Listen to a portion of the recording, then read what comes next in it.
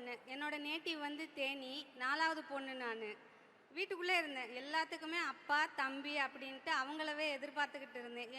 நான் ஒன்றுமே செய்ய மாட்டேன். ஒரு 10க்கு 10 ரூம் இருந்தால் போதும், ஒரு புக் இருந்தால் போதும். நான் அந்த ரூம்குள்ளே இருந்து மதுரைக்கு வரும்போது கணவரும் அப்படித்தான். அதுக்கப்புறமா நான் வந்து கணவரை டிபெண்ட் பண்ணி இருக்க ஆரம்பித்தேன். அதுக்கப்புறமா என்னோடய வீட்டுக்கு பின்னாடி தான் சாய் ட்ரைனிங் சென்டரில் தான் அவங்க தான் சொன்னாங்க, தமிழ்நாடு அரசு வெற்றி நிச்சயம் மூலமாக நீ படிப்பா, முன்னாடி போ அப்படின்னு சொன்னாங்க. அப்போ பிராட்பேண்ட் டெக்னீஷியன் அப்படிங்கிற கோர்ஸையும் எனக்கு கொடுத்து முடித்த உடனே 98% நான் ஸ்கோர் பண்ணேன்.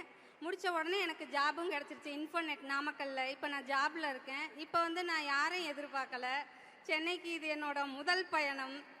சென்னைக்கு முதல் முறையாக வரேன். நானாக தனியாக வரேன், யாரும் இல்லை, அப்பாவோ தம்பியோ இல்லை என் கணவரோ யாரும் இல்லை, நான் தனியாக வரேன்.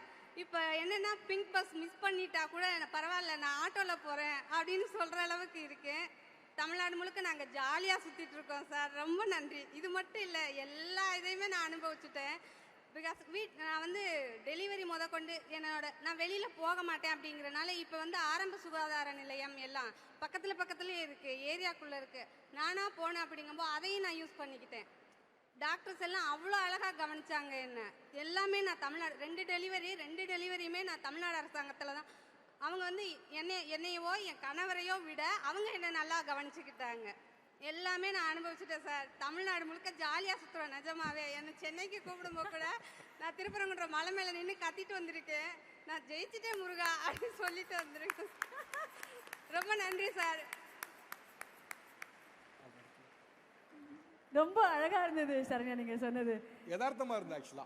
ஆமா, திருப்பரங்குன்றம் மலை மேல எழுந்து நின்று எப்படி கத்துனீங்க? நான் ஜெயிச்சுட்டேன் முருகா. கேட்கல எனக்கு.